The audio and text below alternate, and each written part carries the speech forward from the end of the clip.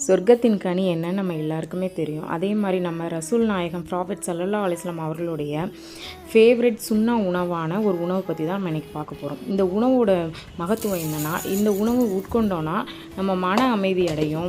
அதுக்கப்புறம் நம்மளுக்கு சோர்வு இல்லாமல் மனம் ரொம்ப லேசாக இருக்கும்னு சொல்லி அவங்களே நமக்காக பரிந்துரை பண்ணியிருக்காங்க.